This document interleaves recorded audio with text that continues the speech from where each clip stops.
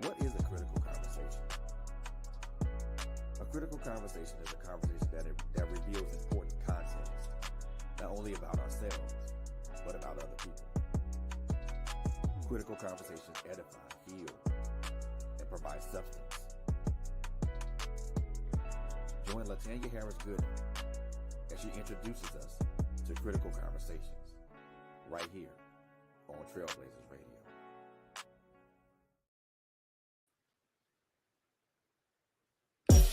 Hello, everybody. This is LHG. I am just coming to let you know that I am an independent paparazzi jewelry consultant. You didn't know that, did you? Well, now you know. So I would love to be your personal jewelry lady. Paparazzi is an amazing company. We sell nickel and lead-free jewelry.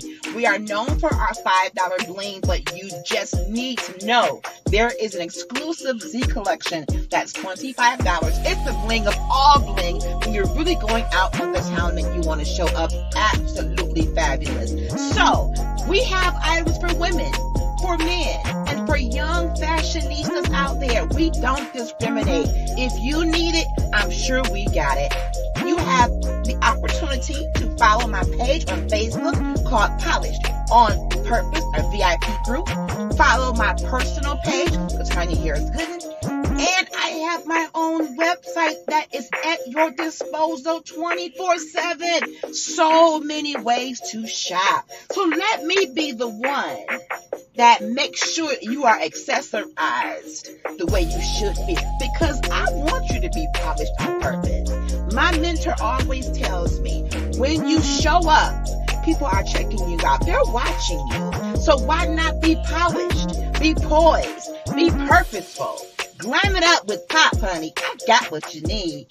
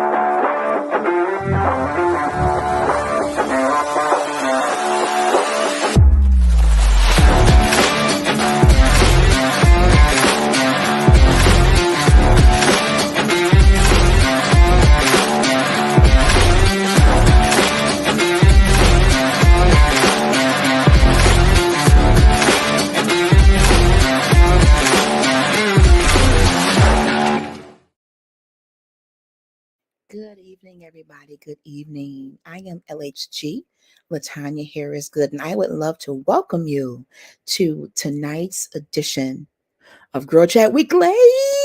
I'm talking quiet so that my puppy don't start barking. Y'all just start interceding for the brother right now where you are. Just say, Jesus, keep him quiet. So if you haven't noticed, I don't have on no eyelashes. Here they go right here. Here they go right here. You see these, y'all? These are my eyelashes. I did not put them on for tonight's show because of the topic. I wasn't sure how I was going to feel in my spirit, and I didn't want that my eyelashes to feel pressure in covering me tonight. So bear with me. So listen, if you noticed, you saw a couple of commercials, but you've seen it a couple times before. Yeah. My paparazzi commercial. Yes, it plays every show. I am a whole independent paparazzi consultant. That's why I'm popping in this pink, baby. What? She pops in the pink, and the pink goes pop. Polished on Purpose is my business. I have been a consultant for almost 3 years. I absolutely love it. It has provided an opportunity for not only extra funds to supplement some life issues, but it's also opened my networking opportunities up tremendously. I have met some amazing sister friends We're going to talk about that tonight. And I have grown my confidence. I didn't think I can sell anything. Um, However, when I found something that I can connect with, enjoy, love, could wear every single day, it made it much easier to make this choice. And I am glad that the Lord brought me here. I'm looking to grow my business. So if you don't mind, in the comments, hopefully I'll be able to post it, will be my website, paparazziaccessories.com/393923. And that website is dual purpose. First of all, you can shop.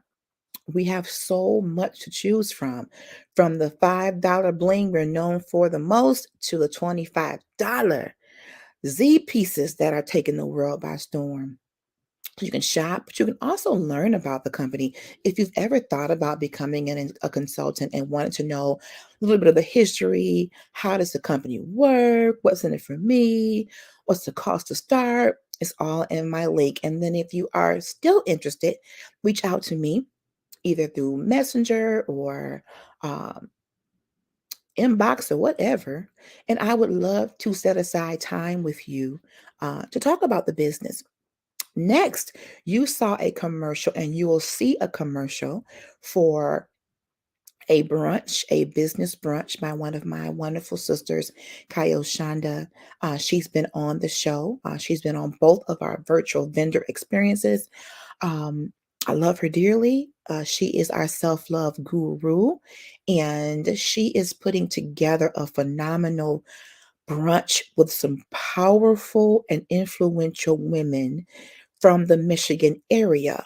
If you are in the Michigan area, you need to get your tickets while they last. This is going to be an epic event uh, for entrepreneurs.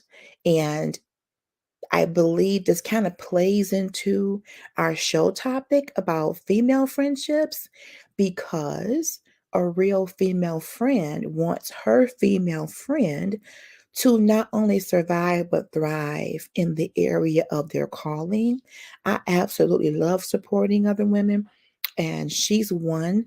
I haven't missed too many events in the last few years because there's certain people that just always have something positive and you just want to be a part of it. She's one. Teresa Callahan is one. Lady C has been on my show as well.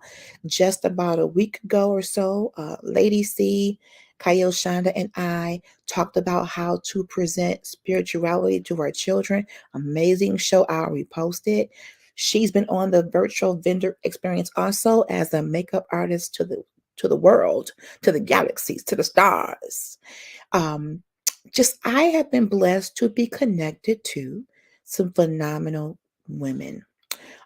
So get your tickets, do it quickly. Do not hesitate because I'm sure she's going to sell out way before the June event. I have been in the room with Tiffany Turntine, dynamic businesswoman, dynamic woman of God. Um, so you want to be there. And even the hostess, Bianca, she's so full of life and so fun. She's going to bring it all together and do what she does. So you owe yourself these connections and these opportunities to just grow. Come out of your comfort zone. Yeah, we just used to going to our own little church and sitting in the basement eating 2 chicken wings and having some basement pound cake. I do love church basement pound cake. Let me be very clear. Very clear. Okay. I love that. However, 2023, we've been asking God to do something different, and we got to become unstuck and start to venture out into other areas and arenas where you might have been somewhat intimidated. I don't know why, but some people do feel like that. I don't know them. They don't know you. However, that's what networking is. Hi, my name is. I sell paparazzi jewelry. Here's my card. I see you love bling. I would love to be a jewelry lady. Yes, come on out your shell. Come on out your shell. Okay. So, yes, you will see that commercial up until her tickets are sold out, which will probably be sooner than later. All right.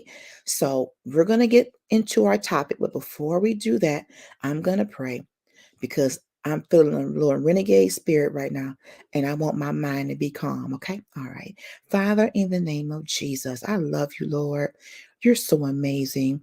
You are high and lifted up. I thank you because you were the one who gave me this platform, this critical conversations platform, and Girl Chat Weekly. It came from you, bringing women together for 1 hour, 60 power packed minutes of talking about us and celebrating us. And it happens to be Women's Month. So tonight, as we talk about our friendships, Lord, this can be a complicated topic. And that's why my eyelashes are laying on the desk, resting, because this is going to be a little interesting. But Lord, it's time to have these kinds of discussions when we can figure out where are we going wrong in terms of how we connect. Are we bleeding on each other because of our trauma and our past disappointment and past pain? I don't know about anybody else, but I love good godly connections. I love when women can be together in unity and helping each other and support each other. It just feels really good. So tonight, God, let something be said that's going to help somebody be a better friend, help someone make some apologies if they need to make an apology to somebody. Let them say, I'm sorry for what I said, sis. I'm sorry for what I did, sis, because we have been doing some things out of our own trauma, out of our own disappointment that have really put a strain on relationships. So if an apology is necessary, let it be said and let it be received. Let forgiveness be our portion. In Jesus' name, amen. Ooh, child. So listen, why did I decide to do a show about friendships? Because in the last 5 or 6 years, I've experienced some difficulties in the area of female friendships. And 99.99% of the time, it happened because of a lack of effective communication, a lack of real, authentic commitment to the friendship, and people, I want to say it, some of y'all strolls ain't loyal. I said strolls. STRHOES. Some of y'all strolls ain't loyal. Okay. And I'm learning that everybody's definition, I got my tea right here. Let me sip this because I feel something here. Everyone's definition of friendship and their expectations in a friendship is probably going to be different. And somebody who I care for said something to me recently. And when I first heard it slash read it, I'll admit I felt away. But after stepping back from it, taking it in, and seeing that it came from an authentic place, I gravitated to that word. You know what that word was? Latanya, LHG. Everybody doesn't think like you. So if you're going into friendships, if you're going into relationships thinking that everybody is supposed to be a clone of you, think the way you think, maneuver through situations like you would, you're going to get disappointed every time. And I'm like, wow, maybe I should stop expecting people to respond the way LHG would. And that's true in a marriage or female friendship. People are different. We are uniquely designed with our own personalities, our own thought processes, our own perception, our own interpretation skills. So if you're looking for somebody to be just like you, I don't know if that's a good thing. I don't want my friends to be carbon copies of me. I guess what I really wanted was the basis of a friendship to always be respect, the basis to always be let's talk about it. Effective communication is really required for any kind of friendship, relationship, connection, or whatever to survive. It's the lifeblood of a relationship. So if you're not communicating with your friends openly in the tough times, I think that's when things will start to plummet into a negative headspace, because friendship requires you knowing a person's true self, true heart. And Beyond the stuff that I may say in anger, beyond the being in my feelings and not calling like I always do, there's a heart behind all that. And LHG's heart has been hurt, not just by friends, by other people in my life. And our hurt and our pain attaches itself to us in such a way that we bring that baggage into new connections and new friendships. But it's not always fair. It's probably not ever fair to bring your past pain, somebody else, hurt you, but to bring that into a new situation and penalize the new friend for what the old friend did or didn't do. Okay. That really isn't fair. So I feel as though in this particular episode, this is going to be a series. I feel it. I feel it. Part one, the state of female friendship, is just going to be kind of an overview of what friendship really is, or what it does, or what it could look like. But beyond tonight's episode, I'm looking to interview some people about their friendships, because friendship is really important to me. And yes, you can have a spouse. Yes, you can have, mom, dad, and everything else. But really, friendships are important and they serve a very unique purpose. Um, for me, being a woman, my girlfriends, those who are in my inner circle and they know who they are, these are people who have seen me. At the top of my game when I was feeling good on top of the world. And they've been there like, child, I'm about to take these lashes out and have fit. They see me in everything in between. And they did not divulge my personal business to other people. Good friends, solid friends, don't take your everyday life as news and just go reporting it to different sources. Oh, by the way, like, subscribe, and share this video, please. I need you to go onto YouTube and pull up Trailblazers with a Z radio and help us to get to our 100 subscribers. Stay on YouTube and look up Critical Conversations with LHG and subscribe. Then go over to Facebook and like our pages. Also, by the way, speaking of friends, one of our sisters, Coco Fenton, has been dealing with an autoimmune disease. We are trying to raise funds for her treatment that insurance won't cover. That's our friend. That's our sister. How we show our love is trying to um, raise funds for her to feel better and be healed for this thing. So I will post the GoFundMe in the comments. Thank you to every single person that has given. This is very important to us. So don't get tired of it because I'm gonna talk about it every time I'm on my platform. Okay. All right. So let me reel it in. So what I want to do is I found this article. I love information. If you've ever watched my show, ain't I cute in my pink and my black and white? Oh, she cute. Let me drink to that. Girl, you fine, LHG. Even without your lashes. Thank you, God. So I want y'all to like these comments up too, because I want to get y'all feedback. So today, to kick off this series called The State of the Female Relationship, we're going to look at an article together. And I'm going to tell you about what I want to do over the next few weeks. It's Women's History Month, by the way. Happy Women's History Month, girls. Yes, honey. And I want to celebrate the history of female friendships. Many of you have a BFF, whatever you want to call it, best friend, sister friend, that you may have been in a friendship for decades, months, few years, because I don't think that the quantity of time is the only factor of a good friendship. It's more of the quality of the connection. Some of you may have known people since you were in middle school, elementary school, kindergarten, orientation. However, that don't mean you on the same wavelength right now. Maybe you've been able to maintain that for 30 and 40 years, but in some cases, you do grow apart. Life is lifing, and you just, you don't get to talk all the time.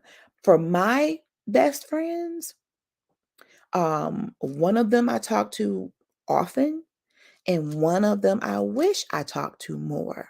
As a matter of fact, as I am talking about it and getting a whole lump in my throat talking about her, I am going to reach out to her because I miss her. I do. And we happen to be um, friends who have been around or who met in middle school. And we're in our late 40s, mid to late 40s, honey. So, yeah, now that I say it out loud, I need to talk to her. She was at my wedding and everything, but she has kids, grandkids, and we check in. But I would like to spend more time with my BFF. Okay. Um, so I want to go over an article. Interestingly enough, this article is called The Six Forces That Fuel Friendship. And I did. The Six Forces That Fuel Friendship. So it's by Julie Beck. And Julie spent more than 3 years interviewing friends for what I think it's a lady, called the Friendship Files. A series of interviews with different sets of friends to talk about their particular unique friendship dynamic. You gotta know, there really is no cookie cutter friendship. A true friendship it's a breathing and living organism, and each one is different. What I may have with my best friend may not be what you have, and it could be, and vice versa. But there's six forces that Julie Beck bring up in this article that came out of a series of over 100 interviews with friends. So what I'm going to be doing starting next week, we're going to do Girl Chat weekly on twice next week.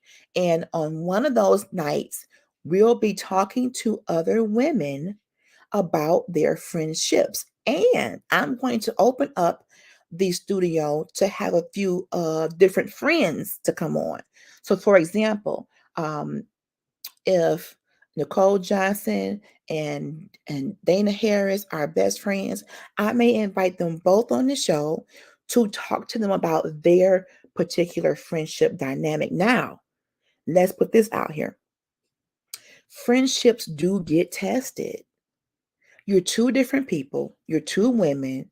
You might be both headstrong. Well, I ain't speaking because she said, she said my man ain't got no teeth. And don't.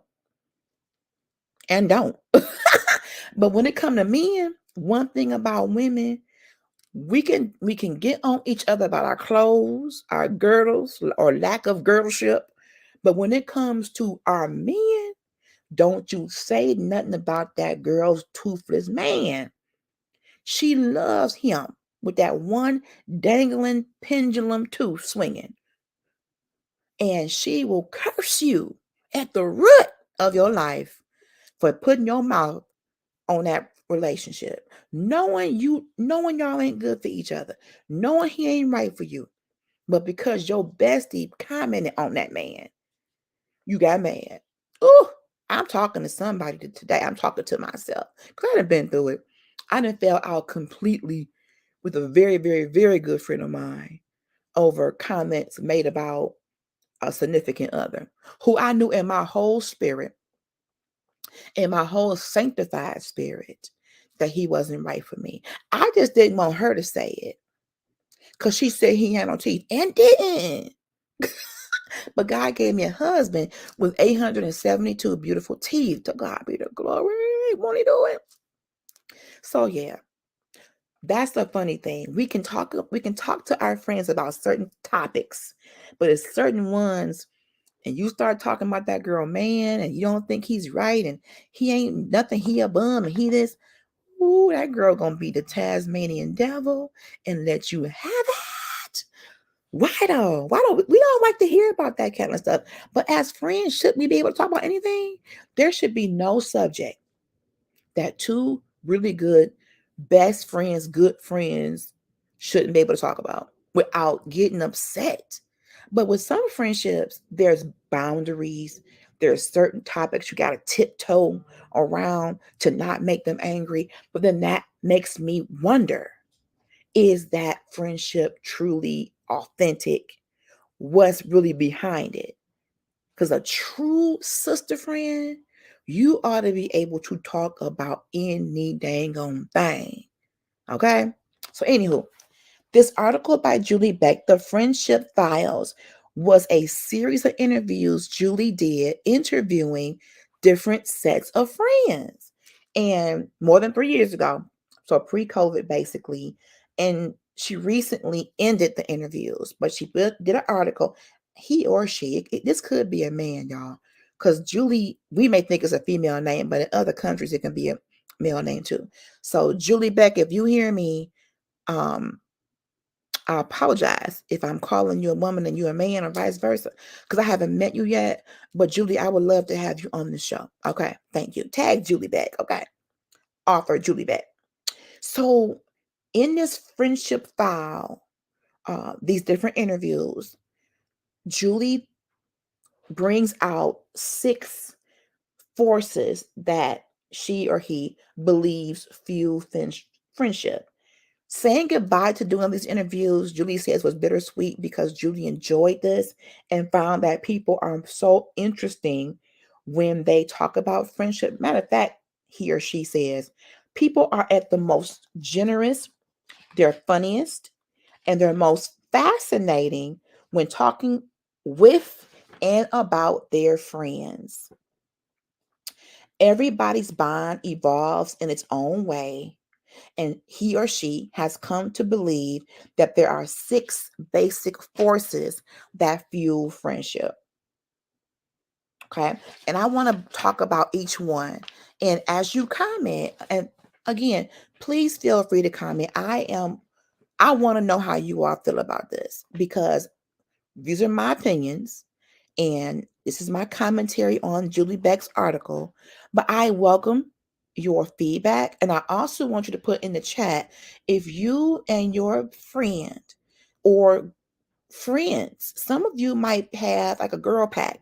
It might be 4 of y'all that have been co-workers slash sisters for years, and you want to come on the show and talk about that dynamic, because it could include some good times. It can include some times when y'all fell out. It can include when y'all went on a cruise. It can include when y'all wasn't talking for 2 months. I mean, friendships can sometimes be a little roller coaster-ish, as any relationship, because it depends on how the person is feeling any given day. But speaking of coworker friendships, the article is saying you tend to make friends where you spend the most of your time. Let's look at this article.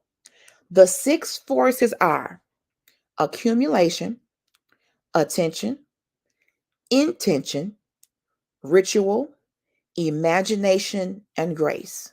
The 6 fuels of friendship. Okay. The 6 things that kind of fuel a friendship, 6 forces is how they put it, of friendship are, again, number 1, accumulation, 2, attention, 3, intention, 4, ritual, 5, imagination, 6, grace. So we're going to try to get through as many of these as we can. But again, pop in the comments. Definitely wanting to get your feedback. But let's talk about accumulation. The article says the simplest and most obvious force that forms and sustains friendships is the time spent together.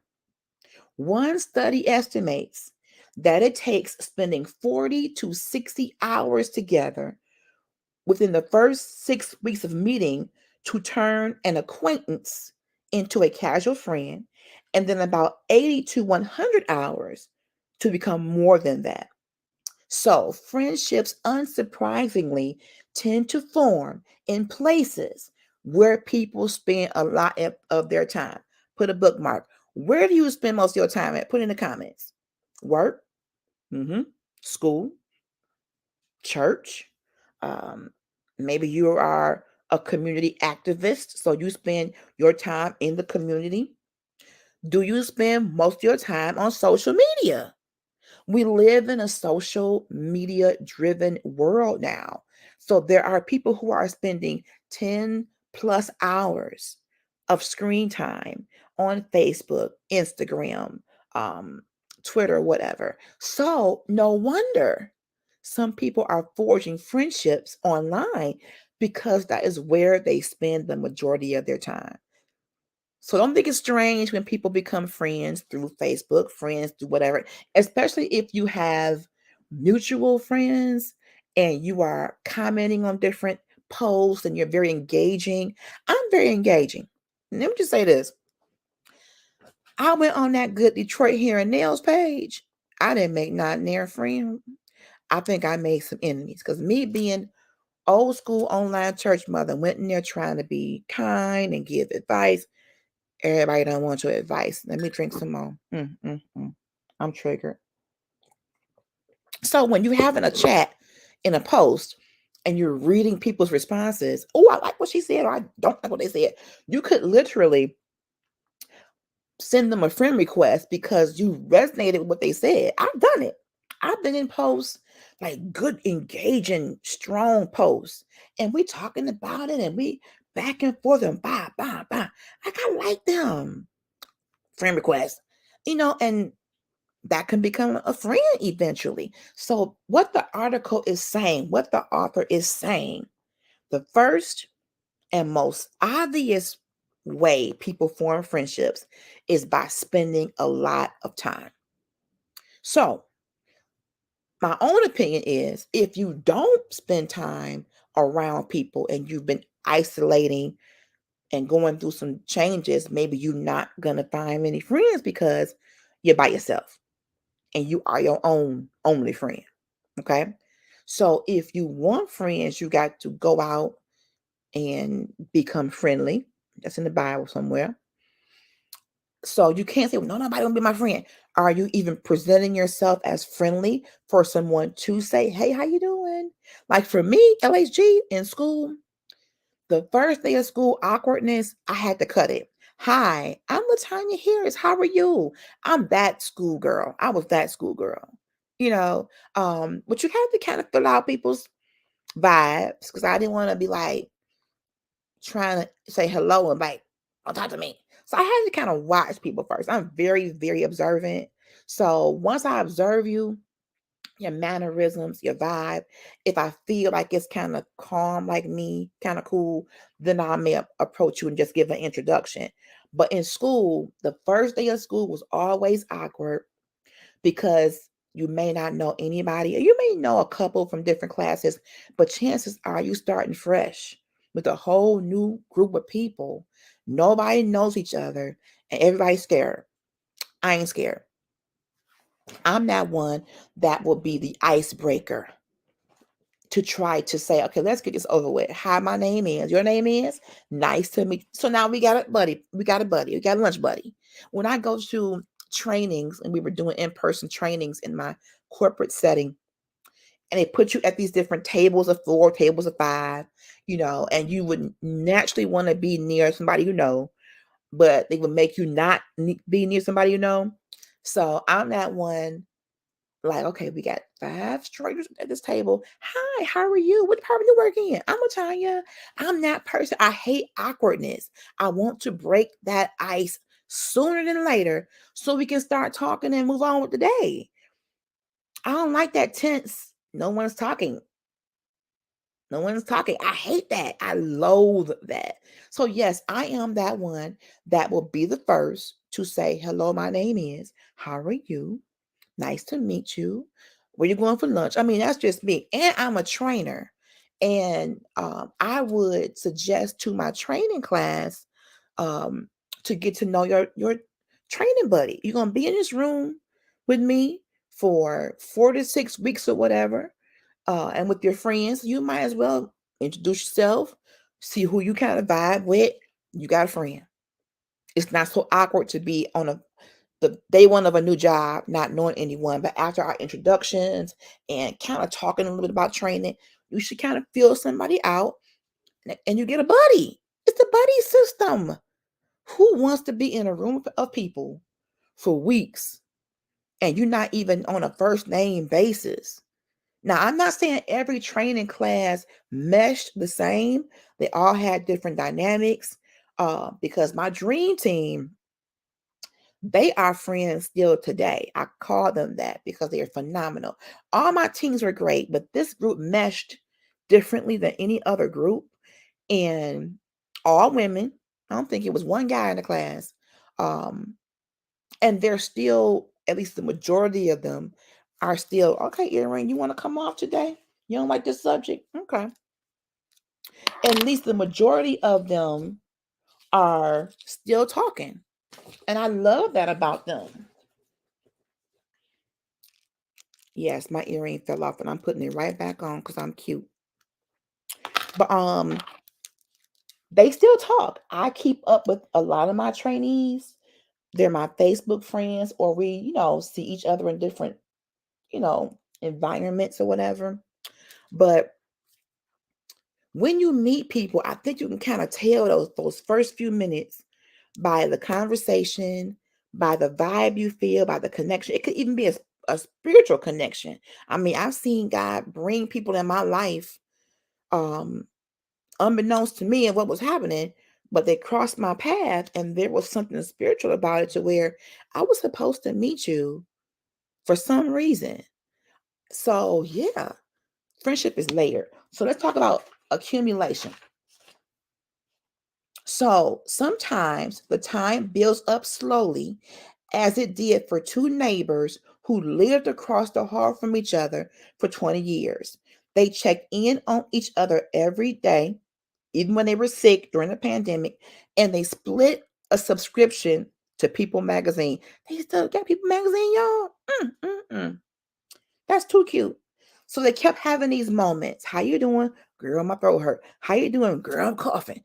You doing better? Yes, I am. Praise God. So over time, these two neighbors were conversing across the hall, staying 6 feet, during the pandemic. But the more time you spend with people, that's why you can have work friends.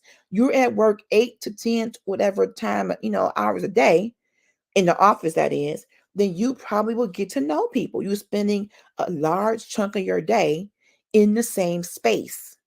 I have been very blessed to have several sister friends that I met at my job 20 something years ago.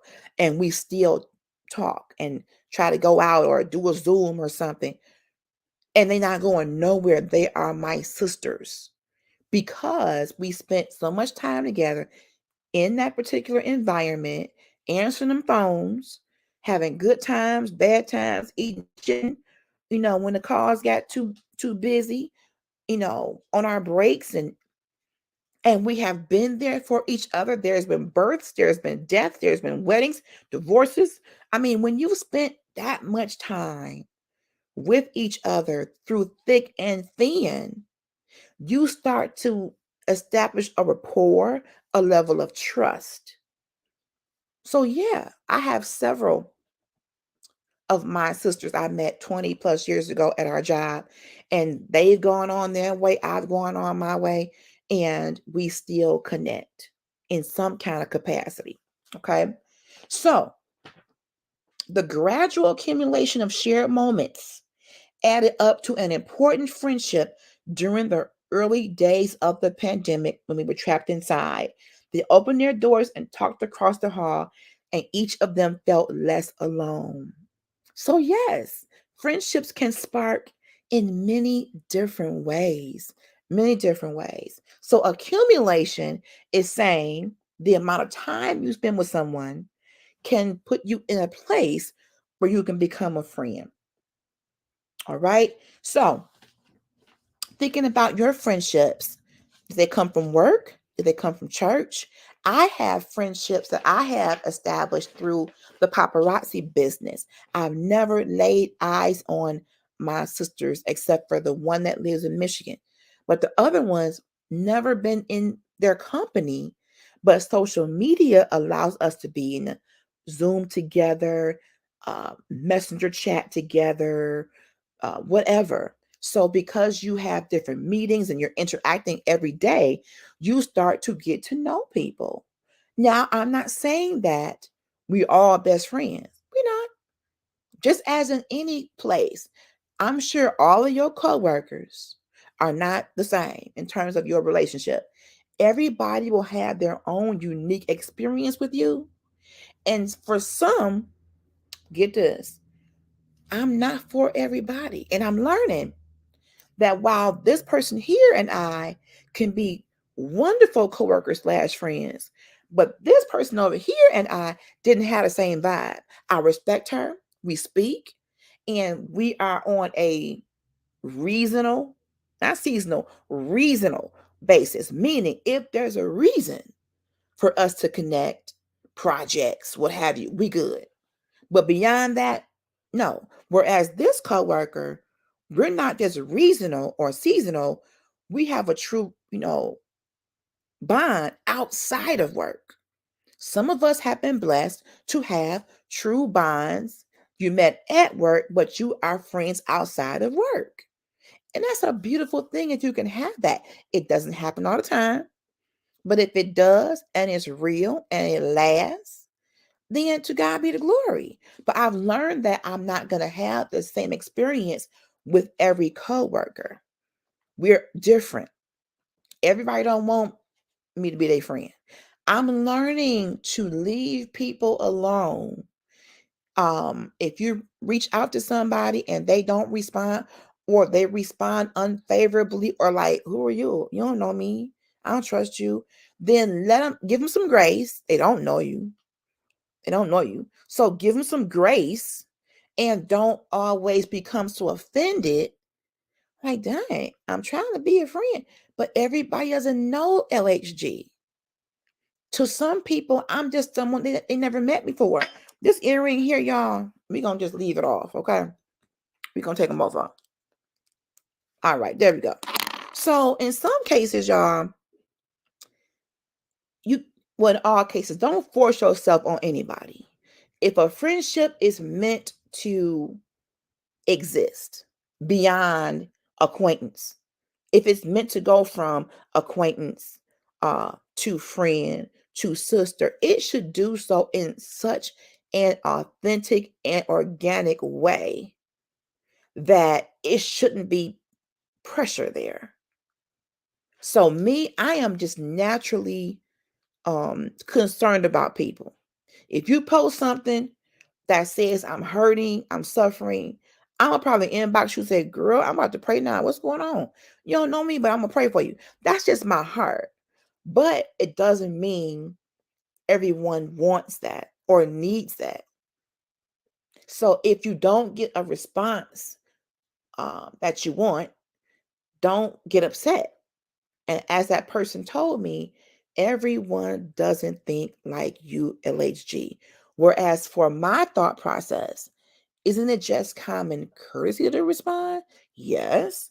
But do you know what headspace a person is in that could have led to a lack of response? Maybe not. So maybe you should just back off, pray for them instead of saying, well, dang, because I am extremely sensitive. I know this about me. I've accepted this about me. So in my acquaintances slash friendships or whatever, I bring into it a level of sensitiveness where it may not fit. You know what I'm saying? Because I've had people who, no, we're not like friends, but I've had people in my life that have done some things, said some things, some little underhanded, messy, flim flam, shimmy sham, and it got back to me. And I ain't gonna look at them the same. I'm gonna speak. I'm gonna speak now. I ain't gonna be rude. Hello, how you doing? That might be it. Because once you show me your true colors, once you show LHG you can't be trusted, this thing is going to change. This whole dynamic. Now, if we are in the same room, I'm not going to be awkwardly rude. I'm like, I ain't talking to her. How you doing? Hello, hello, hi. But don't come, hey, and you know good and well you can't stand me. You know good and well you just got off the phone talking to your people, your imps and pimps about LHG. But now when I'm in your presence, it's hey sis, oh, I was just thinking about you. Girl, bye. I know who authentically loves me. I'm okay with that. Okay. At first, I used to question, well, why don't they like me? Why do they have a problem with me? I never even done nothing to them.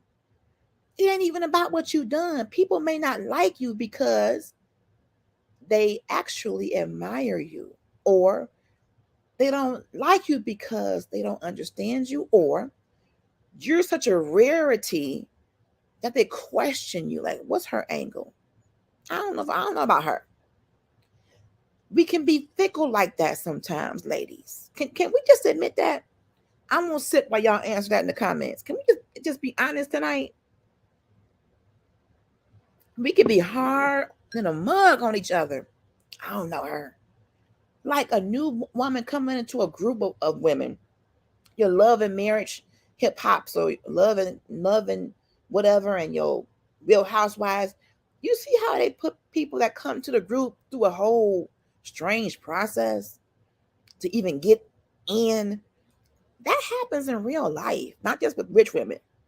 We have an already existing program of friendship, and maybe one of the friends brings another friend.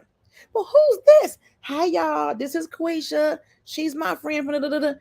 Some of us are gonna be like, I don't know her. Why she here? I mean, we can't be like that. It's enough friendship, y'all, I believe, to go around.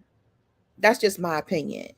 And I had a situation 20 years ago where I had a really, really good friend. And to this day, we have not really spoken. And when I questioned why, a part of it was, yeah, when so and so started coming around, you began acting funny. No, I can be people's friends and not just your friend. So if I come by your desk and I say, hey, can you go on break? And you can't, but I go with this friend, I'm wrong. I'm supposed to just not go on break because you can't go on break. I just think we have these unrealistic expectations that we put on our friendships. Like, you covered in my friendship. I don't want you to be nobody else friend but mine. That borderline obsession. I can't expect you to only be my friend. Don't engage with nobody else. Don't go lunch with nobody else. Don't go on break with nobody. Matter of fact, I'm gonna say, when you get off the phones, come in here with me and so and eat lunch. Just to have a coveted friend, you my friend and my friend only, is immature to me. And we basically went this last 20 something years of her losing a parent, recently losing a sister. Our job, ended up closing and we went on.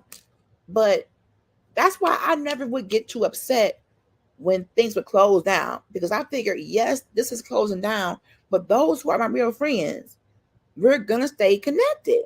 So even if you met at work and your coworker moves across the country or moves and gets another job, it's okay, because if this is a real friendship, we're gonna still talk. That's how I feel. But when you start acting funny because a person befriends someone else and tries to bring them into the circle, that gives me childish vibes. I don't even know if kids do that. You know what I'm saying? So I got off on that conversation, y'all. But anyway, so we talked about accumulation. I wish we had more community friendships.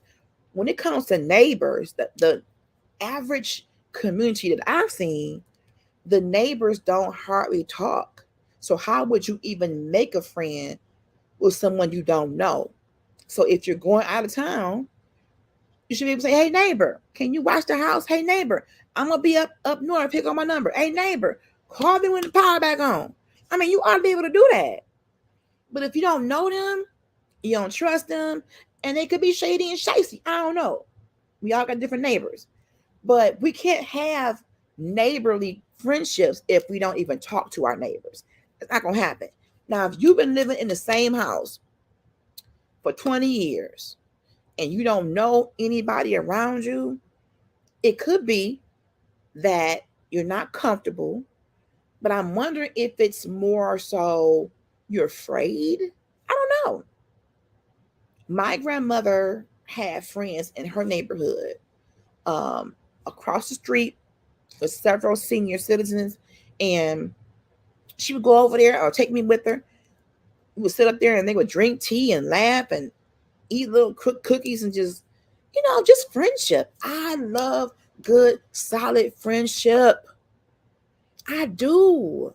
Because having a sister friend means a whole nother person with their own perspective, thoughts, opinions. We don't have to agree on everything. Why do we think disagreement is rejection? I can disagree with you and still be respectful to you. And that's on all platforms, social media, on a phone call, email, whatever. We don't have to always feel like we're being attacked because somebody or a friend disagrees with us.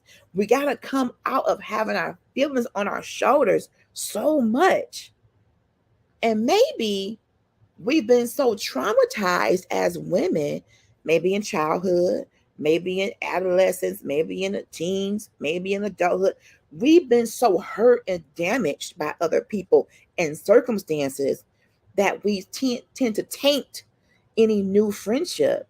Oh, she ain't real. She ain't gonna work. She ain't gonna last. For me, if you get to know me and you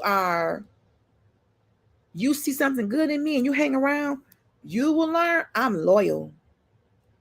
Probably to a fault. I would give you the shirt off my back if I knew I had on a good Brazil. But I think as women, we forfeit great opportunities to have excellent friendships because of misunderstandings. And then instead of coming to the person and saying, hey, Cynthia, when you said XYZ, you made me feel ABC. We'll go to somebody else and say, Cynthia killed me. When she said this, she made me feel da da da. Why didn't you go to her and talk? She may not even realize she was hurting you. So many friendships have been terminated, in my opinion, prematurely because of a lack of transparent conversation. And I've had a case that was so deep. Not only did the one friendship end, but this person made sure, I don't want you to be around her. I don't want you to be around her. Y'all come with me. We together.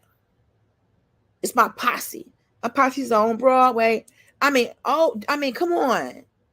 So because you got a problem with me, you want to take all of them with you. Well, if they go with you, I know it wasn't real. If they stay, I know it was real. Because for me, that tells me you really wasn't rocking with me. If because we had a moment, you take all your crew with you. They your crew anyway. You can have them. I'm good. I'm so good. I don't want anybody around me that don't like me. Stop following people and befriending people and looking at people's page. You don't even like them. Where do they do that at? It's okay to say, LHG, she might be cool with y'all, but it's something about her that just rubbed me the wrong way. If that's your truth, that's your truth. I'm not going to stop being LHG to pacify you. Well, how do I rub you the wrong way? Can you tell me how I can rub you the right way? No, I'm not doing that. I am who I am. I love her. So when I do have a friend and I love them, I love them. And if I do say something silly or have a lack of judgment, I would hope that we would be able to come to one another one-on-one and sit down over a good sushi roll. Come on, sushi. I love sushi. But to sit down and have lunch or kick it and say, girl, I don't know what happened, but let's break it down. But when you said this, I was like, where did I come from? Come on, talk it through, right? We don't do that enough. We would rather call other people, put that mess in the streets, instead of just having a conversation about what happened. And it could have been a misunderstanding. It could have been a word typed wrong in a text. It could have been a wrong email sent. So many things have happened, and entire solid friendships come crumbling over something that could have probably been discussed and hashed out. Wow. So we ain't gonna get to the other 5 forces today. But here is what I need y'all to do. Next week, we're going to do 2 Girl Chat weeklies, and I'll announce it. One for this series and one for I'm having a guest come on to talk about divorce. Some of our women are going through this or have gone through it, and we're going to go there. But we're also going to do part 2 of the state of female friendship.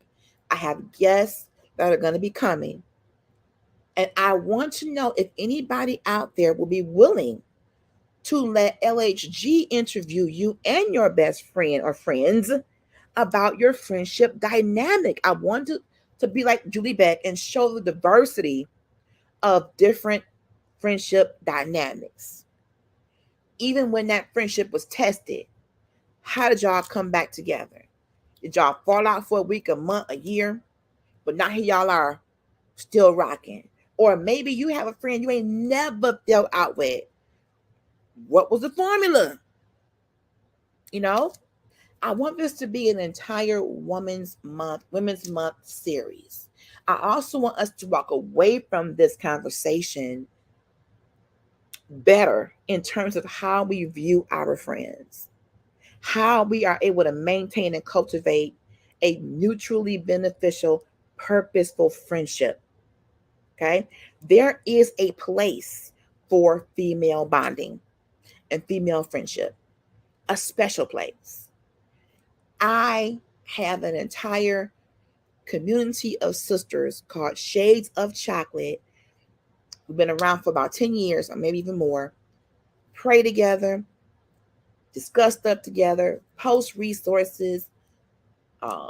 Some of us have met outside of the group. I want to do a retreat, but they are amazing women. Now, it's 483 of them on a group, but I may kick it around with 6 or 7. You know how groups can be. I don't mind. I don't have to have 500 friends. That would be kind of crazy. I'm okay with that. When you get to my age, sometimes less might be best. And it's about the quality versus the quantity of time. So if you have a friendship you want, you love, and you want to talk about that on the air, reach out to me. I would love to create a show around interviewing groups of female friends and having this open discussion. In the meantime, I thank you for watching, for sharing, for commenting, for engaging, for subscribing. Thank you for supporting not only this particular show, but the entire Trailblazers team. I thank you. This Saturday, I'll be back at 5 p.m. Eastern Standard Time. I'll announce my guest. This topic is layered. I'm glad I didn't put my lashes on because they probably would have slid off.